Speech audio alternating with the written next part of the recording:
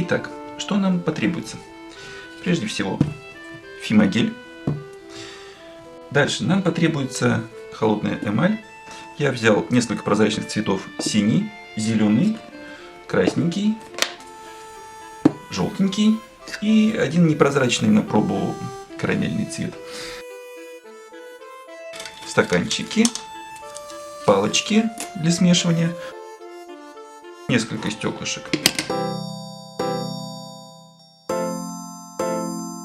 Так, начинаем смешивать. Все очень просто. У нас 5 цветов эмали, 5 стаканчиков, 5 палочек для перемешивания и одна большая бутылка фимогеля.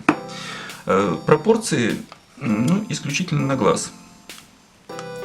Вспоминается один анекдот, но не буду его сейчас рассказывать. Вот смотри. Так. Все очень приблизительно.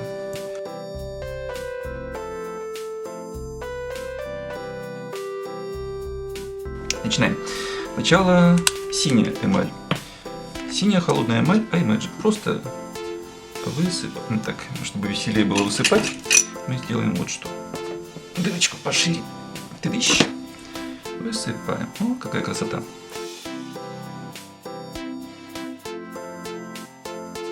Фимогель хорошо запекается. Холодная эмаль тоже замечательно запекается. И тот, и другой запекается при одной и той же температуре 130 градусов Цельсия. Поэтому, если вот эту субстанцию запечь, все будет шикарно. Синий цвет у нас есть. Ну, наверное, приступим к следующему, к зелененькому. Тыдыщ. Так, дырочку пошире. Опа! Насыпаем. Вау, обожаю. Так. И перемешиваем.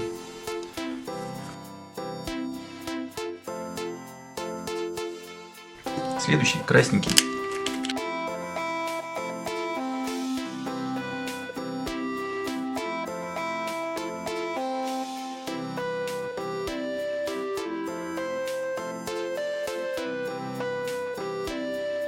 Желтенький.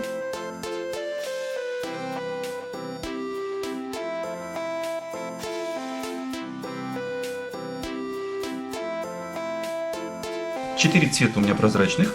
Синий, зеленый, красный, желтый. И один цвет непрозрачный. Не знаю зачем, но захотелось.